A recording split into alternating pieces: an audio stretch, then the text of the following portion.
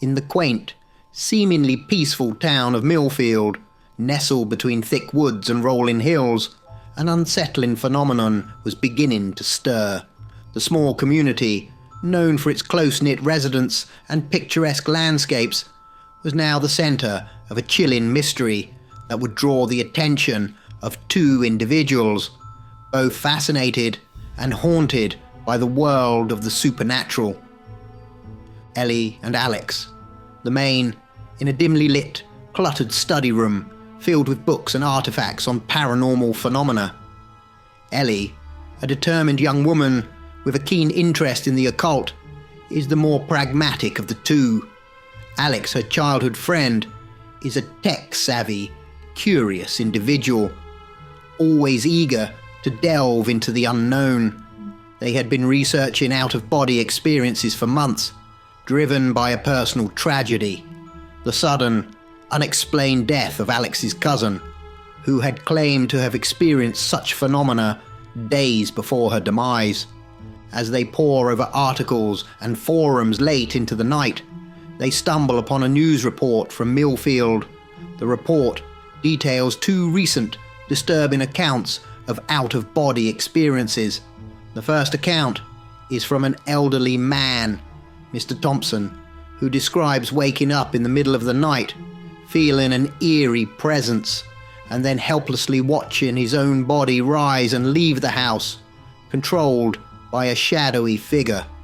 The second account comes from a young woman, Sarah, who recalls a similar experience, feeling paralyzed as a dark entity took over her body and wandered the streets, performing strange, ritualistic actions.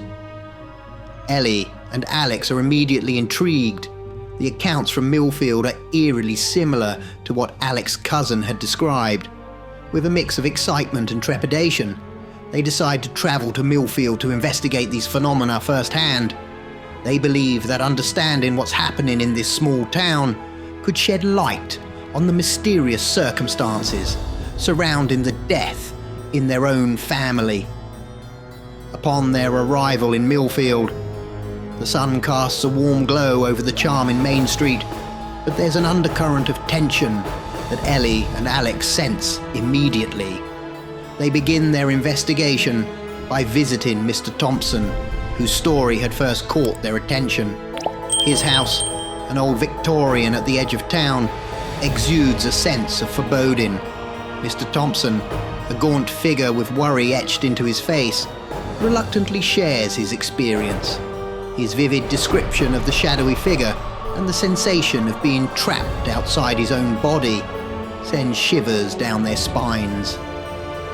Ellie and Alex. They realize that they are dealing with something far beyond their understanding, something that blurs the line between the physical world and the realm of spirits. As night falls over Millfield, they prepare to delve deeper into the town's secrets, unaware of the darkness that awaits them. As the darkness of the night enveloped the quiet town of Millfield, Ellie and Alex found themselves huddled over old dusty books in the local library. The library, with its creaky wooden floors and shelves lined with aged tomes, seemed almost frozen in time, an ideal place for unearthing forgotten secrets. They began their research by delving into the town's history, searching for any clues that could explain the shadowy figures haunting the residents' out-of-body experiences. As they pored over local legends and historical records, they stumbled upon a forgotten tale that sent chills down their spines. The story was about a cult known as the Shadow Walkers, which was rumoured to have existed in Millfield over a century ago. This cult, shrouded in mystery and fear, was said to worship an ancient deity that existed in the astral plane.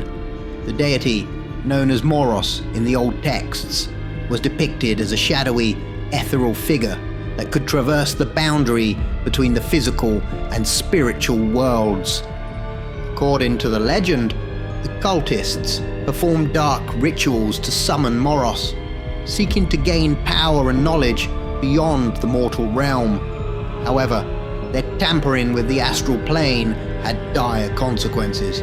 The The rituals began to tear the veil between worlds, allowing Moros to exert its influence over the living. The cultists, blinded by their quest for power, became vessels for Moros, carrying out its will in the physical world. As Ellie and Alex dug deeper, they discovered that the cult's activities culminated in a mysterious event that led to the disappearance of several townsfolk. The event was described in hushed tones and veiled language in the historical records, as if the authors were too frightened to recount it fully. Intrigued and alarmed by these revelations, Ellie and Alex theorized that the recent out-of-body experiences in Millfield might be connected to the resurgence of this ancient entity. They speculated that Moros, or whatever force the cult had awakened, was once again reaching out from the astral plane, seeking to use the living as pawns in some unfathomable scheme. As they continued their research, the library's lights flickered ominously, casting long, sinister shadows across the walls. The atmosphere was heavy with a sense of foreboding, as if the very essence of Moros was seeping into the room. Ellie and Alex feel a growing urgency to understand the connection between the cult's history and the current events plaguing Millfield before it was too late. With each revelation, the line between myth and reality blurred, drawing them deeper into a nightmare that spanned centuries. Ellie and Alex's search for answers led them next to Sarah, the young woman who had reported her own harrowing out-of-body experience. The atmosphere in Millfield had grown increasingly tense, with whispers of the shadowy figure spreading fear throughout the small town. As they approached Sarah's modest home near the outskirts of Millfield, the air felt thick with unease. Sarah, a petite woman with a guarded demeanor, initially seemed reluctant to speak, but as Ellie and Alex shared their reasons for investigating, her defenses slowly lowered. She invited them in, her living room modest and cozy, a stark contrast to the chilling tale she was about to recount. She began by describing the night of her experience. It was a night much like any other, until she awoke abruptly, sensing a presence in her room. Paralyzed, she could only watch in horror as a shadowy figure materialized at the foot of her bed. The figure was tall and humanoid, but composed entirely of darkness, its edges seeming to flicker and waver like smoke. Sarah's voice trembled as she recounted the sheer terror she felt, an icy chill enveloping her as the figure loomed closer. The most terrifying part, she explained, was when she felt herself being lifted from her body. She described the sensation as being pulled from her skin, looking down to see her physical form still lying in bed as she floated helplessly above. The shadow figure then seemed to merge with her body, controlling it like a puppet. She recalled watching her own body rise and walk out of the house, guided by the dark entity. Sarah's out-of-body self followed, drawn by an invisible tether to her physical form. She described wandering through the streets of Millfield, her body performing strange gestures and symbols at various locations around town under the Shadow's command. The experience was surreal, as if she was trapped in a nightmare she couldn't wake from. The climax of her tale came when she described returning to her body. The shadow figure released her with a jolt, and she snapped back into her physical form, gasping for air.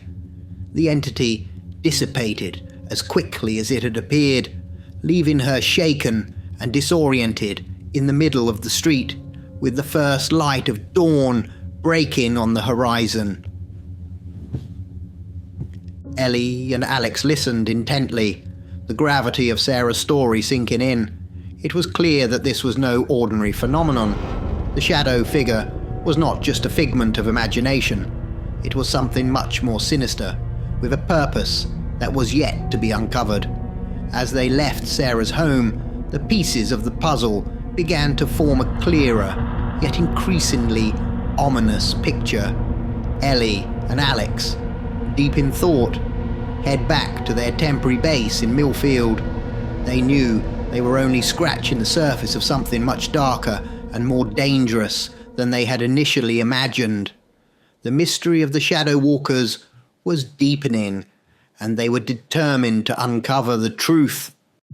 Ellie and Alex, after their unsettling conversation with Sarah, felt an oppressive air settle over them. That night, as they stayed in a small local inn, their research into the shadowy figure and the town's dark past weighing heavily on their minds, they both experienced a shocking and surreal event. Ellie was the first to slip into an out-of-body state. As she lay in bed, a strange sensation washed over her, like a gentle wave, pulling her consciousness away from her body. Hovering above, she saw herself sleeping peacefully. Panic set in, but before she could react, a dark, wispy figure emerged from the corner of the room. It reached out with smoky tendrils, beckoning her to follow. Despite her fear, Ellie found herself compelled to follow this enigmatic figure. Simultaneously, Alex underwent a similar experience. His astral form was drawn out by the same shadowy presence. As he floated above his body, he saw the figure, leading Ellie away, and instinctively followed, driven by a mix of fear and the need to protect his friend. The shadowy figure led them through the dimly lit streets of Millfield, moving with an eerie, fluid grace. The town, bathed in moonlight, appeared distorted and surreal from this ethereal perspective. The figure stopped in front of an abandoned church at the edge of town, its presence growing more menacing.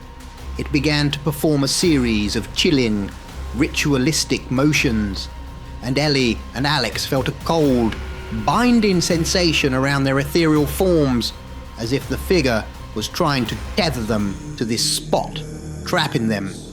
In a desperate bid for freedom, Ellie recalled a protective mantra she had read about in one of her books. She focused her thoughts, repeating the mantra in her mind. To her relief, the binding sensation began to loosen. Alex, seeing the change in Ellie, followed her lead, focusing his thoughts on breaking free. The shadowy figure's grip weakened, and they hastily retreated, racing back to the inn. They awoke simultaneously, gasping for air, their hearts pounding.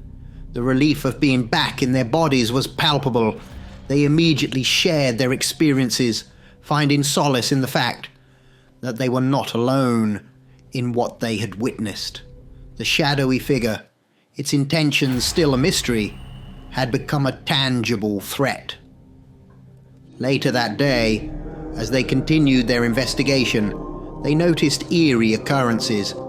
In reflections in mirrors and windows, they caught glimpses of the shadowy figure lurking just out of sight. The television in their room flickered inexplicably, brief images of dark-robed figures flashing across the screen before disappearing. These haunting visions only strengthened their resolve to uncover the truth behind the shadowy figure and the out-of-body experiences plaguing Millfield.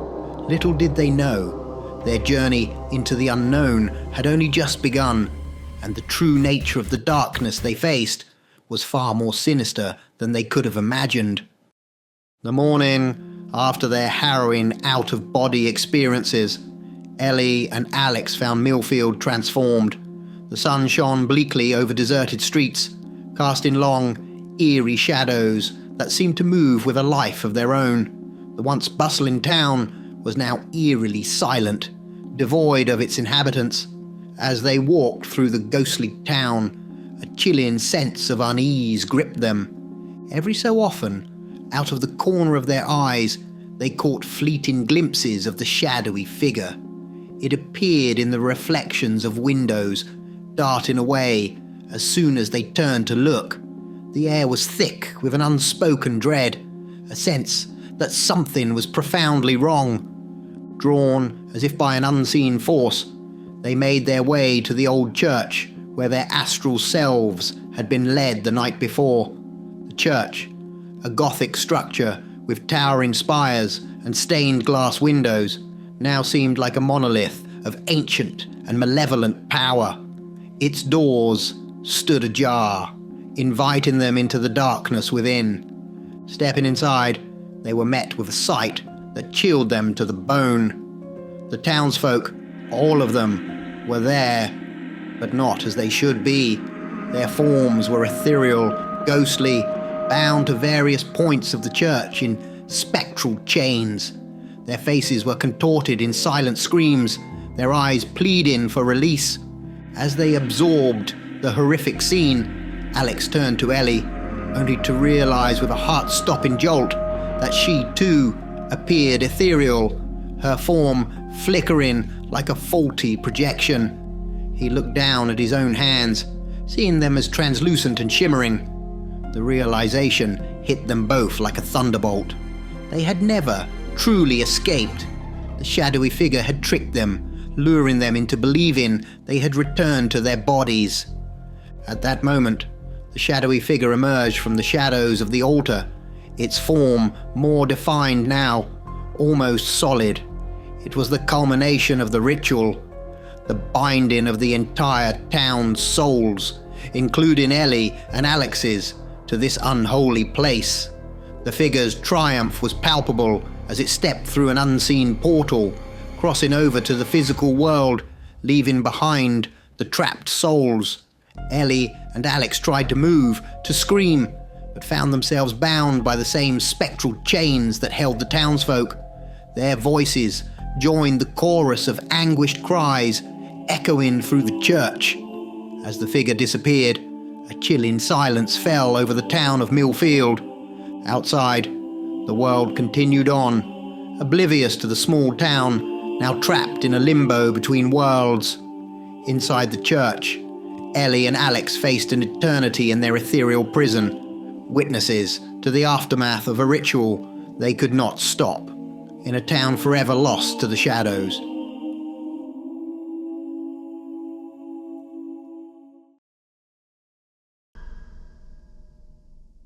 The sun was setting, casting a golden hue over the aged bricks of the boarding school as Sarah's taxi pulled up to the entrance. She peered through the window, her eyes tracing the ivy-clad walls of the school, which seemed to hold centuries of secrets. A place for homeless teens now, it looked more like a relic from a bygone era. As Sarah stepped out, she felt a chill despite the evening warmth. The headmistress, a stern woman with a tight bun, greeted Sarah with a cursory nod and led her through the echoing halls. The school was a maze of corridors and staircases, each turn revealing another part of its vast history. Sarah's footsteps were the only sound, apart from the occasional distant laughter or shout from the other students. She was shown to her dormitory, a spacious room with high ceilings and large windows. The walls were adorned with faded paintings, and the beds were neatly made, each with a small wooden locker at its foot. Sarah chose a bed by the window and began to unpack her few belongings. As she was arranging her books, a commotion in the hallway caught her attention. Two older students were half carrying, half dragging a younger girl towards a nearby room. The girl was whimpering, her face pale, and her eyes wide with fear. Sarah's heart skipped a beat as she watched the door close behind them. "Hey, what happened to her?" Sarah asked another girl who was passing by. The girl stopped, her expression grave. "She was in the dark room," she whispered, as if afraid to speak louder. "It's where they lock you up if you break the rules. But it's not just a room. It's haunted." Sarah's curiosity was piqued. "Haunted? By what?" "The ghost of an old school teacher," the girl said, her voice trembling. "They say she was locked in there years ago and died in the darkness. Now she's trapped and she doesn't like company. The room is pitch black and they say you can feel her breath on your neck, hear her whispers in the dark. Nobody lasts long in there. They all come out like her." She nodded towards the room where the whimpering girl had been taken. Sarah felt a shiver run down her spine. The dark room sounded like something out of a horror story, a place of punishment and fear. Yet, there was a part of her, a small, daring part, that wanted to uncover the truth behind the legend. Little did she know, her curiosity would soon lead her into the depths of the dark room's chilling secret. Ah, my dear nocturnal scholars of the macabre. It's time for a quick scare break. As we linger in these shadowy realms, a small favour I dare to ask. If my tales of terror bring you thrills, do not let our journey end here. Hit like, subscribe, and join our dark congregation. Now shall we delve deeper into the abyss. Let's embrace the darkness once more. Let's get back to the shadows. Sarah had been at the school for a week now, her days blending into a monotonous routine of classes and chores. She had made a few friends among the other girls, each with a story as heartbreaking as her own. Late one evening, as they gathered in their shared dormitory, the conversation inevitably turned to their personal histories. Both my parents died in a car crash a few months back, Sarah confessed softly, her voice barely a whisper in the dimly lit room. A murmur of sympathy rippled through her new friends, many nodding in understanding. Yeah, we've all got our stories here, remarked Mia, a girl with striking green eyes who had run away from an abusive home. Some of us are here because of drugs, others, well, worse. As they shared their stories, the door suddenly swung open with a resounding thud, startling them into silence. The stern figure of the headmistress loomed in the doorway, her silhouette casting an ominous shadow across the room. "Silence!" she barked, her voice sharp and commanding. "Lights out in 5 minutes. I will not tolerate any disobedience. Remember, any misbehavior and you'll find yourself in the dark room." As she turned and left, the heavy door closing with a definitive click, a palpable tension hung in the air. "That's Miss Hargrove," whispered Mia, once they were sure the headmistress was out of earshot. "She's ex-military or something. Runs this place like a boot camp." Sarah's eyes widened. "The dark room? You mean it's real?" "Oh, it's real, all right." Another girl, Zoe, chimed in. "It's pitch black and haunted. They say an old teacher's ghost is trapped in there." Sarah felt a chill run down her spine. She had heard the whispers about the dark room, but had dismissed them as mere rumours. Now the reality of it being used as a punishment was unsettling. "Just be careful around Miss Hargrove," Mia warned. "She's strict, unpredictable. Sometimes she punishes us for no reason at all. It's like she enjoys it." The girls huddled closer, their voices a symphony of fear and caution. Sarah lay back on her bed, her mind racing with thoughts of the dark room and the ghost that supposedly haunted it. She couldn't shake off the eerie feeling that her curiosity about the room might soon lead her down a path she wasn't ready for. Sarah's days at the boarding school were a blend of strict routines and silent nights, with an ever-present sense of unease lingering in the air. The girls, each carrying their own burdens and haunted pasts, moved like shadows, ever wary of the stern headmistress who ruled with an iron fist. One afternoon, while navigating the maze of corridors, Sarah accidentally knocked over a precious antique vase in the hallway. The crash echoed through the halls, drawing the immediate attention of the headmistress. Rushing to the scene, the headmistress' eyes blazed with fury. "What have you done, girl?" she bellowed, her voice a sharp blade in the quiet. Sarah's heart raced. I didn't mean to," she stammered, her voice barely a whisper. The headmistress's lips curled into a cold smile. "You know the rules, Sarah. For such carelessness, there is only one punishment: the dark room." Sarah's blood ran cold. "No, you can't do that to me," she protested, her voice gaining strength. This isn't the military. It's abuse. I'll tell my social worker. The headmistress' confidence didn't waver. Oh, dear child, she said with a chilling calmness. Your social worker seeks advice from me. She trusts my judgment in disciplining you unruly girls. As Sarah hesitated, the headmistress turned her icy gaze to another girl, one who had been in the dark room before. If not you, then perhaps we should give her another night in there, she suggested maliciously. The girl's eyes widened in horror. No, she screamed, her voice trembling with fear. I can't do that again. It'll kill me. A heavy silence fell upon the corridor. Sarah's heart ached for the girl, and a sense of injustice ignited within her. Fine, she said firmly, stepping forward. I'll go, but this isn't right. The headmistress smirked, pleased with her victory. With a wave of her hand, two stern-faced attendants appeared, leading Sarah down the dimly lit hallways to the infamous dark room. The door to the room loomed before her, a gateway to unknown terrors.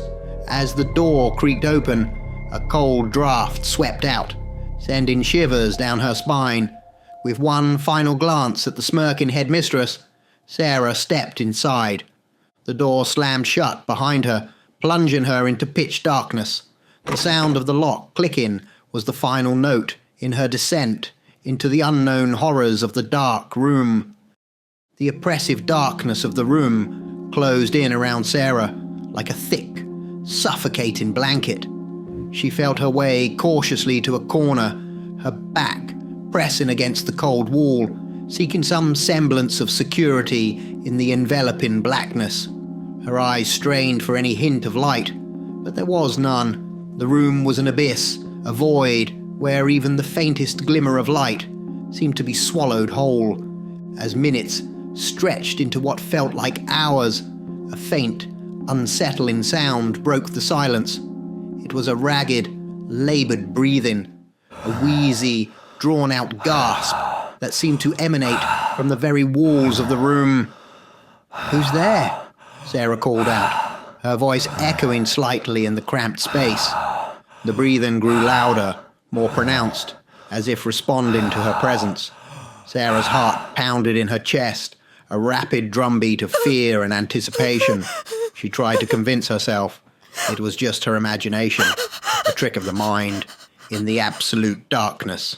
Then she felt it, a fleeting touch, like a piece of cloth brushing past her in the darkness. Sarah jumped, her breath catching in her throat. "Who is that?" she screamed, her voice tinged with panic. But then, as suddenly as it had begun, the sound stopped. Silence reigned once again, a heavy, oppressive silence that seemed to mock her fear. Hours passed in that suffocating darkness, each minute stretching endlessly before her. Finally, the door creaked open, a sliver of light slicing through the room. Sarah blinked against the brightness, her eyes watering. The headmistress stood at the doorway, her expression stern and unyielding. "Just 4 hours this time. Next, it will be 5, then 6.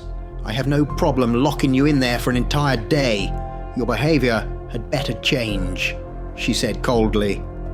Sarah walked out of the dark room with a feigned air of confidence, hiding the turmoil that churned inside her. As she made her way back to her dorm, her new friends awaited her, their faces lighting up with relief and curiosity. They gathered around, eager to hear her story. Despite the fear that still lingered in her heart, Sarah recounted her experience with a bravado she didn't feel. She described the darkness, the eerie breathing, the mysterious touch, embellishing the tale with a courage she wished she possessed. Her friends listened, their eyes wide with a mix of fear and admiration. But deep down, Sarah knew something had changed. The dark room was more than just a punishment. It was a place of secrets and unseen terrors, and she had just brushed the surface of its mysteries. Sarah sat in her dorm room, her mind racing with the events of the dark room. Despite her initial fear, she couldn't shake the feeling that she hadn't been threatened, just observed. Determined to understand more, she pulled out her phone and began searching for any information she could find about the old boarding school and its dark history. Her search led her to a series of old newspaper articles and forums filled with urban legends about the school.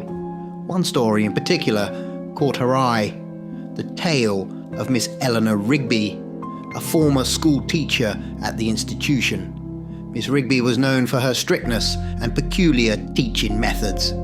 It was said that she was deeply passionate about instilling discipline in her students, often locking the unruly ones in the darkroom for hours. As Sarah delved deeper, she discovered a more chilling aspect of the story.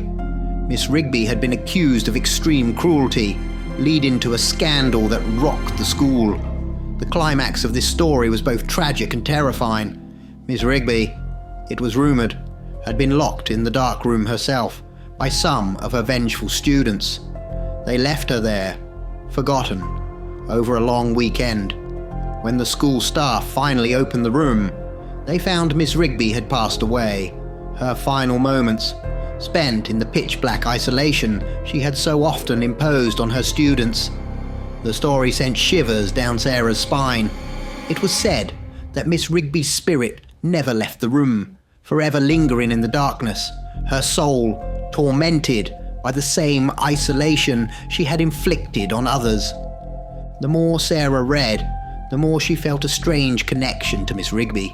She couldn't explain it, but she knew she had to go back to the dark room. She needed answers, not just for herself, but maybe for Miss Rigby too. As night fell, Sarah lay in her bed, her thoughts consumed by the ghostly teacher and the dark room's oppressive shadows. She knew one thing for certain: she had to face the dark room again, and this time she would go willingly. In the dimly lit hallway of the boarding school, Sarah waited, her heart pounding with a mix of fear and determination. She had unravelled a chilling connection between the ghost of Miss Rigby, the tormented teacher haunting the dark room, and the current headmistress, Mrs. Harrow.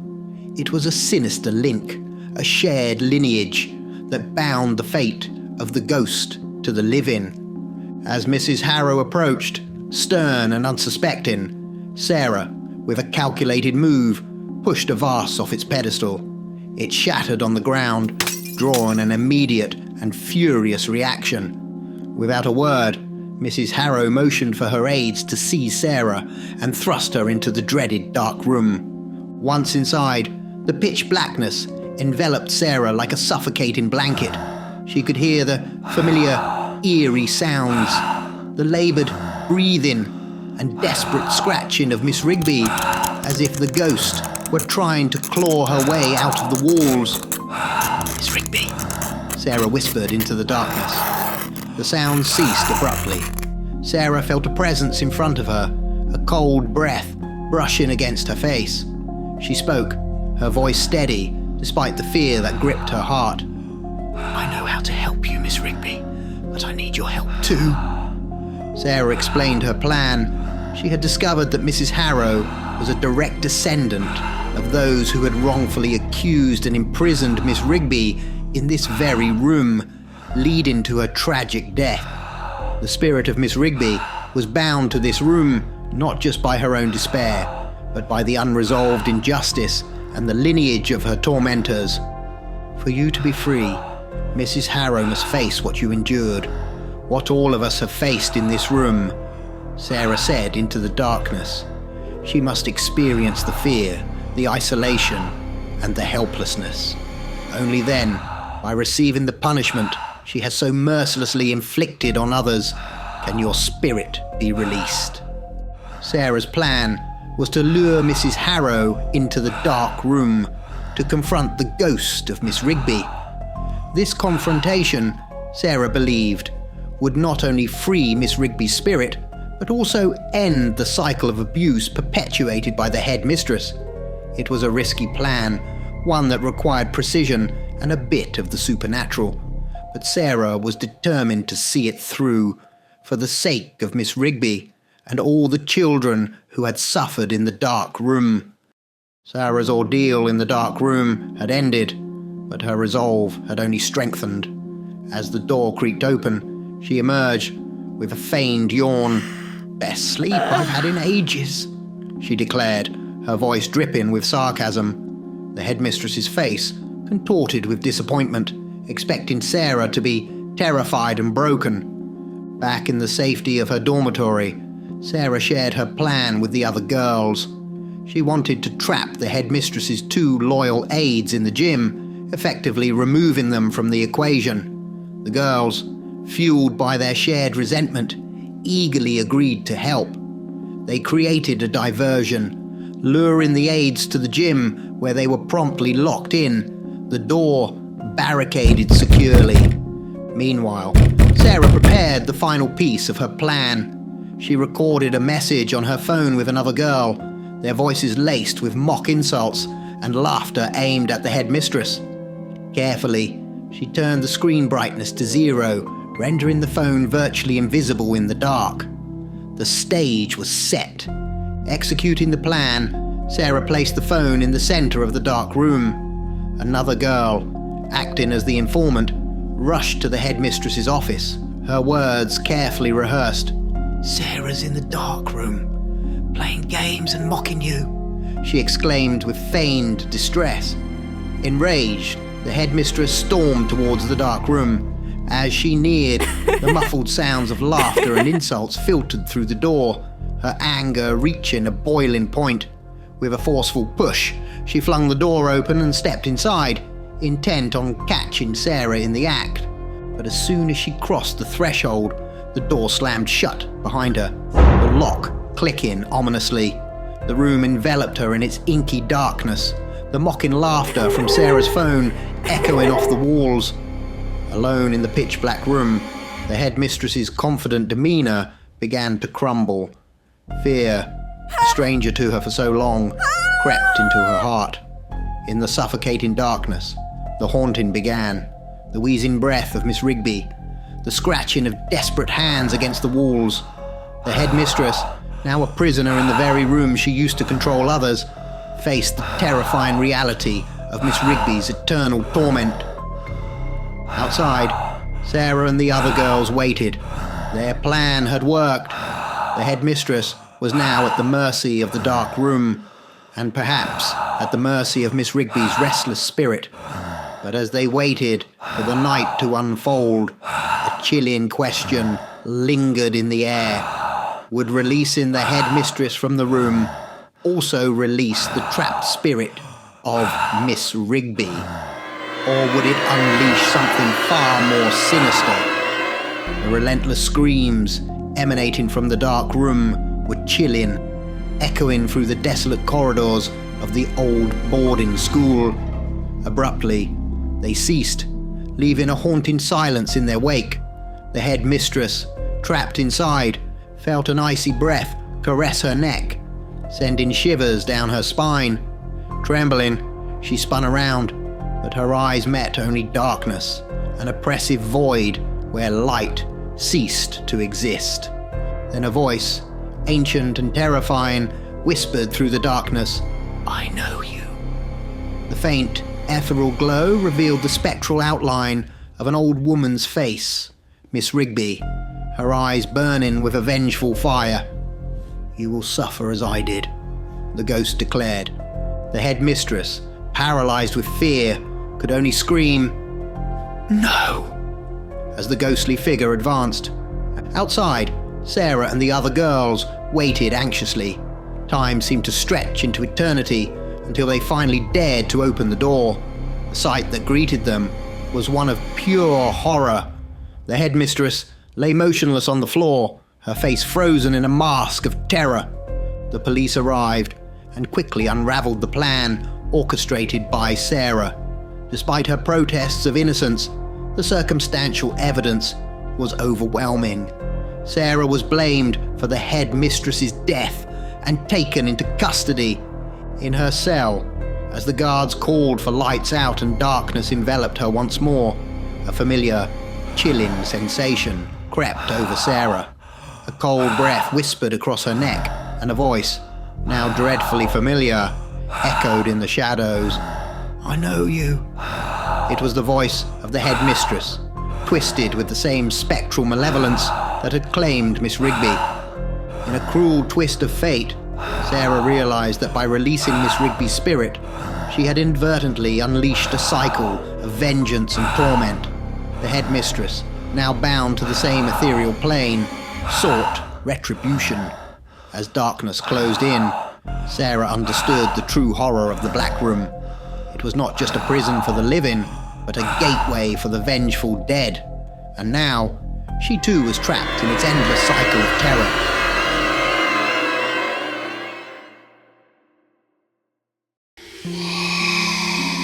The gentle hum of the city at night filtered through the slightly ajar window of Jenna and Mark's modest living room. They were nestled together on the old creaky couch, their eyes fixed on the laptop screen that cast an eerie glow in the dimly lit room. The latest episode of Paranormal Mysteries Unveiled, a popular YouTube series, was streaming, featuring shadowy figures and unexplained phenomena. "That's just camera tricks, right?" Jenna asked, her skepticism thinly veiled in her tone. Mark, ever the believer, shook his head. "Not always. Some things are beyond our understanding." On the screen, the host's voice grew more intense as he introduced a new segment.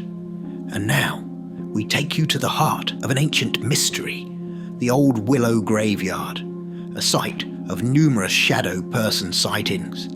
This next footage is truly chilling." The video shifted to a grainy night vision shot of an old graveyard. The camera panned slowly, the eerie outlines of tombstones and gnarled trees casting long, sinister shadows. Then a fleeting glimpse of something darker, a shadow moving against the backdrop of other shadows, almost indistinguishable but undeniably there. Jenna's skepticism wavered. "That looked, real." Mark leaned forward, his eyes narrowing. "Wait, isn't Old Willow just an hour's drive from here?" "Yeah, it is," Jenna replied, a mix of excitement and apprehension in her voice. The couple shared a glance, a silent agreement passing between them. They were both avid paranormal enthusiasts, and the thrill of a real-life investigation was too tempting to pass up. "We should check it out," Mark said, his voice a mixture of eagerness and caution. "Tomorrow night, we could try to capture something, see if there's any truth to this." Jenna nodded, the thrill of the unknown overcoming her initial hesitation. "Let's do it, but we need to be prepared. Cameras, infrared, the works. If there's something out there, we'll find it." The rest of the evening was spent in a flurry of planning. They gathered their equipment, a digital camera with night vision, an infrared thermometer, a voice recorder for EVP, electronic voice phenomena sessions, and, as a precaution, a small container of salt, an old folklore remedy for warding off evil spirits. As they prepared, a sense of foreboding hung in the air, unspoken but palpable.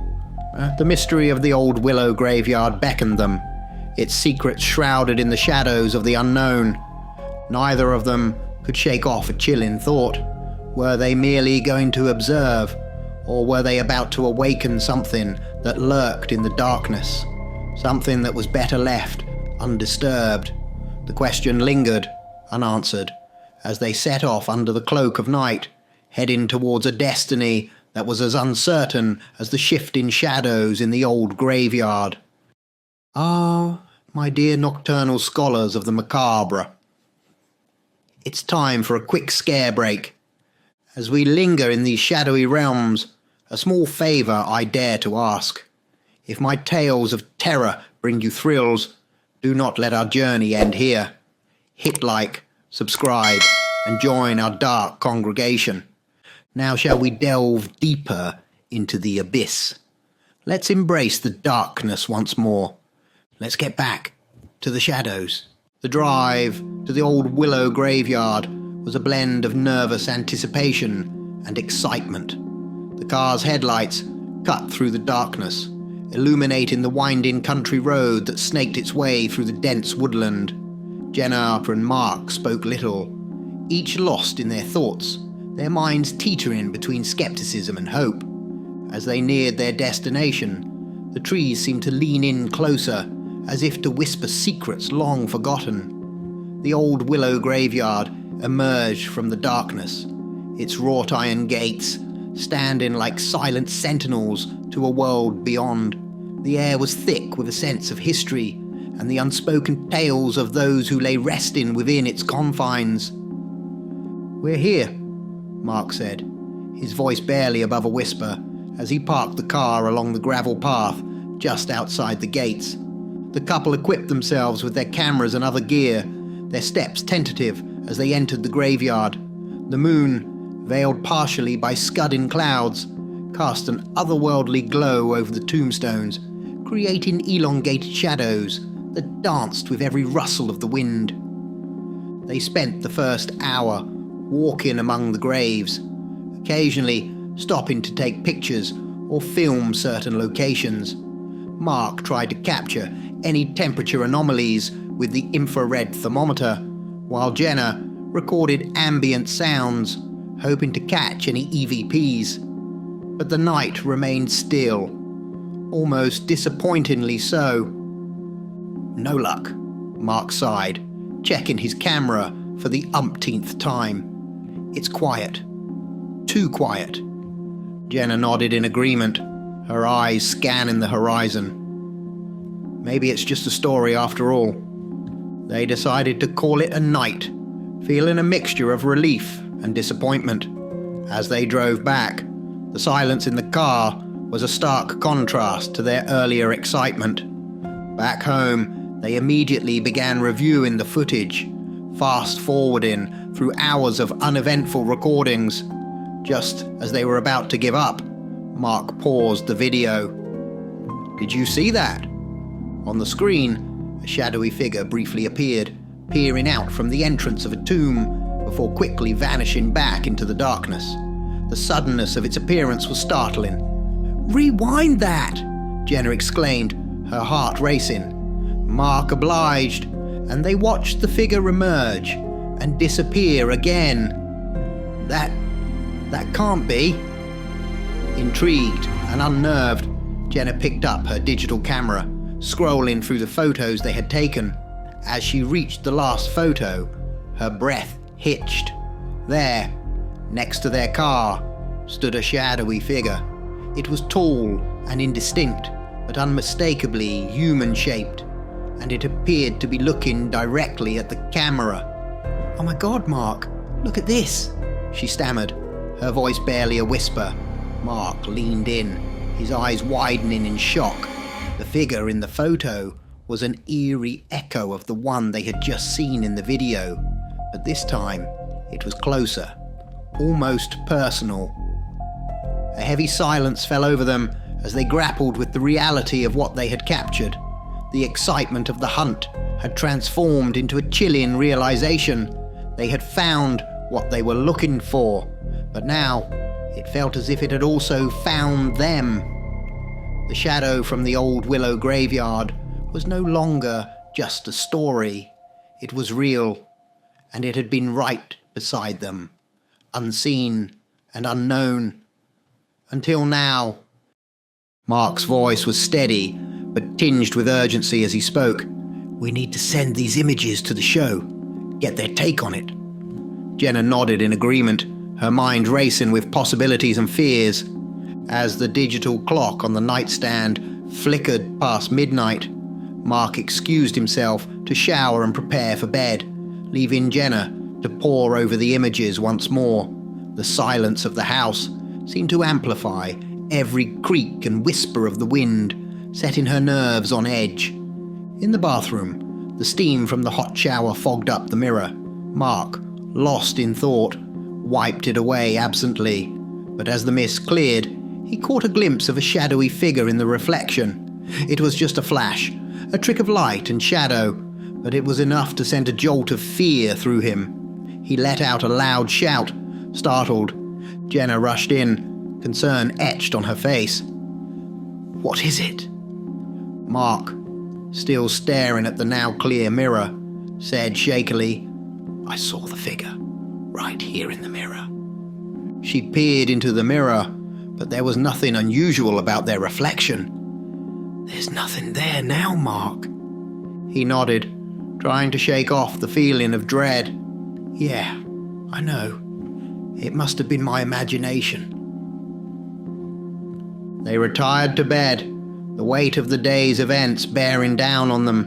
Jenna flicked on the TV, the low hum of documentaries providing a comforting, if monotonous, backdrop. As her eyelids grew heavy, she reached for the remote to turn off the TV, but in the glossy black screen of the television, just before it flicked to black, Jenna saw it, the shadowy figure, standing in the corner of the room, its form vague, but unmistakably there. She screamed, a sharp, piercing sound that shattered the night's calm. Mark bolted upright, his eyes wide. "What's going on?" "I saw it, Mark," Jenna gasped, her voice trembling. "In the TV reflection. It was here, in the room with us." Mark scanned the room frantically, but there was nothing out of place. He tried to calm her, his own heart racing. It could be our minds playing tricks. Lack of sleep can cause hallucinations, visual distortions. She nodded, trying to rationalize it, to quell the fear that was rapidly spreading through her. They lay back down, the darkness of the room feeling more oppressive than ever. Despite the unease, exhaustion eventually took over, and they drifted into a fitful sleep. But the night was far from peaceful. Every shadow seemed to move, every sound a whisper from another world. The line between reality and imagination blurred, leaving them in a limbo of fear and uncertainty. As they slept, the shadows in the room seemed to pulse with a life of their own, a dark heartbeat, echoing the terror that had taken root in their minds. The figure from the old willow graveyard was no longer just an image captured on camera. It was a presence, felt but unseen, lurking on the fringes of their reality, waiting in the reflections of their fears. Mark awoke to the muted light of early dawn, his mind still clouded with the eerie events of the previous night. Eager to share their findings, he settled into the living room to send the images to the paranormal show. The darkness of the room didn't bother him. He was too focused on the task at hand. As he reviewed the footage on his camera, replaying the video again and again, his eyes occasionally drifted to the corners of the room. In the dim light, the familiar shapes of furniture and decor took on sinister forms. Then he noticed it, a shape in the corner, darker than the surrounding shadows, an undefined mass of blackness.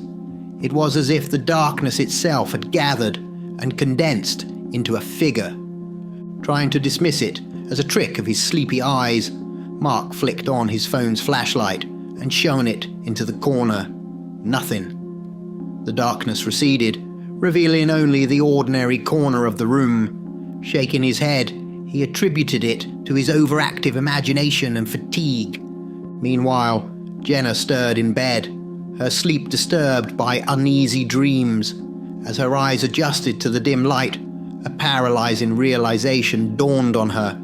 There, around her bed, stood 3 shadowy figures, formed from the darkness of the room. They were featureless, composed entirely of shadows, yet unmistakably humanoid, standing over her with an oppressive presence. Frozen in terror, Jenna's breath caught in her throat. She couldn't believe her eyes. It was as if the night had coalesced into these spectral forms. The figures just stood there, motionless, as if observing her.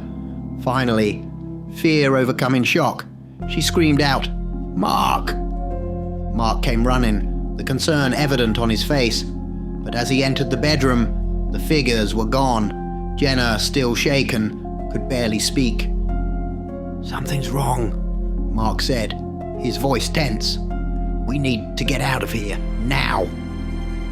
They hurriedly gathered some essentials, their minds racing with fear and confusion, but when they tried to open the front door, it wouldn't budge. It was as if an unseen force held it firmly shut. Panic rising, they rushed to the windows and the fire escape, but each route of escape was inexplicably jammed. Trapped inside their own home, the reality of their situation sank in. The shadows, the figures they had seen, were not just lingering haunts from the graveyard. They were here, with them, in their home, and now they were preventing them from leaving. The light of day seemed a world away as they stood in the dark, the sense of being watched by unseen eyes growing stronger. The shadows in the room seemed to pulse with a malevolent energy, a silent threat that loomed over them. Mark and Jenna, once hunters of the paranormal, now found themselves hunted, ensnared in a nightmare that was all too real. The boundary between their world and the realm of shadows had been crossed, and they were caught in the middle, with no clear way out. Huddled together in the corner of their bedroom, Mark and Jenna watched in horror as the darkness seemed to seep and stretch from the corners of the room, like inky tendrils reaching out towards them. The air was thick with a palpable sense of dread. The silence, broken only by their shallow, rapid breaths. Then, emerging from the consuming shadows, the first figure appeared. Its form, more defined than before, yet still entirely composed of darkness. It was followed by two others, each as ominous and featureless as the last. The figures stood at the edge of the light, their presence an oppressive force that seemed to drain the very air from the room. Terrified, Mark and Jenna could do nothing but cry out, their voices a mix of panic and desperation. "What do you want?" Jenna screamed, her voice trembling, but the shadow figures offered no response, no indication of their intentions. They simply stood there, as if waiting, their silent vigil a torment in itself. Mark, his mind racing, began to piece together the horrifying truth. "They followed us," he whispered, his voice barely audible. "From the graveyard. We saw them, and they followed us home." Jenna's eyes widened with realization. "They want to draw us into their world, their shadow realm." The couple understood now the grave mistake they had made. In their pursuit of the paranormal, they had unwittingly opened a door, a bridge between their world and the shadow realm. The shadow people, guardians of that dark dimension, had marked them at the graveyard. By acknowledging and capturing their presence, Mark and Jenna had become targets, chosen to be pulled into the shadowy abyss. The shadow people were not mere observers. They were sentinels of a world unseen, a dimension where light and life as known in the human world did not exist. It was a place of forgotten souls, of entities that existed only in the absence of light, and now they sought to claim the couple as their own, to drag them into the eternal twilight of their realm. The reason for this chilling desire lay in the nature of the shadow people. They were drawn to life, to the energy of beings from a world of light and substance. In their realm of shadows, such energy was a rarity, a prize to be captured and consumed. Mark and Jenna, with their curiosity and fear, had shone like beacons in the darkness, attracting the attention of these entities. As the couple watched, the room grew colder, the darkness creeping closer with every passing second. The boundary between their world and the next was thinning, the veil lifting, and with it, the last of their hopes for escape. Trapped and powerless, Mark and Jenna faced the shadow figures, their fate hanging in the balance.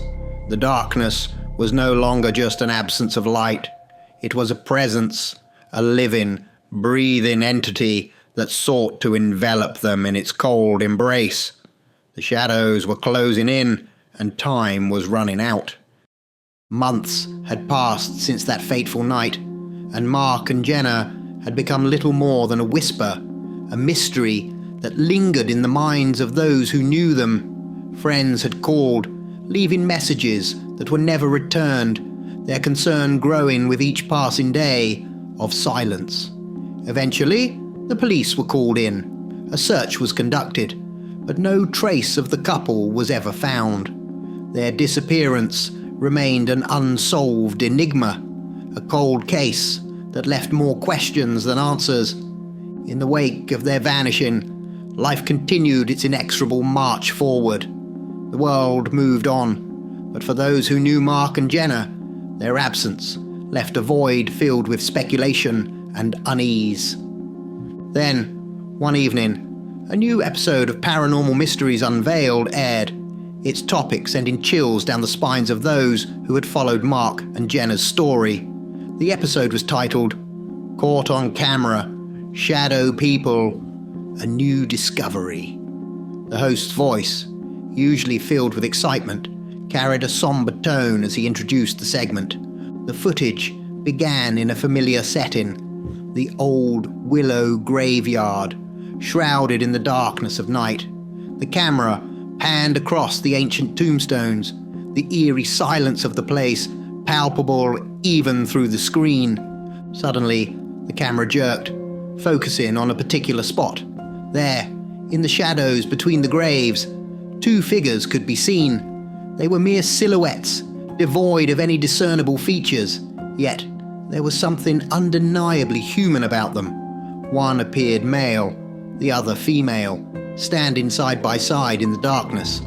For a fleeting second, the figures were visible before they dissolved back into the shadows. The resemblance was uncanny.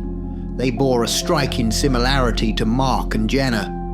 The episode delved briefly into the myth of shadow people, entities said to exist in the fringes of our world, in a place where light and reality faded into darkness and legend. Theories abounded, from lost souls trapped between dimensions to guardians of a realm beyond human understanding. But the truth remained as elusive as the shadows themselves. The footage sparked a flurry of discussions and theories, but no definitive answers were ever found. The mystery of Mark and Jenna, and now these shadowy figures, deepened, becoming part of the lore surrounding the old willow graveyard. As the episode came to a close, the host's voice echoed a sentiment that resonated with all who had been touched by the couple's story. In the world of the paranormal, the line between fact and fiction is often blurred. We seek answers, but sometimes the universe keeps its secrets. Mark and Jenna sought the truth about the shadow people, and perhaps, in their quest, they found more than they bargained for. The screen faded to black, leaving viewers with a lingering sense of unease, a reminder of the mysteries that lay just beyond the reach of the light. In the shadows, secrets remained hidden, and some truths were perhaps better left undiscovered.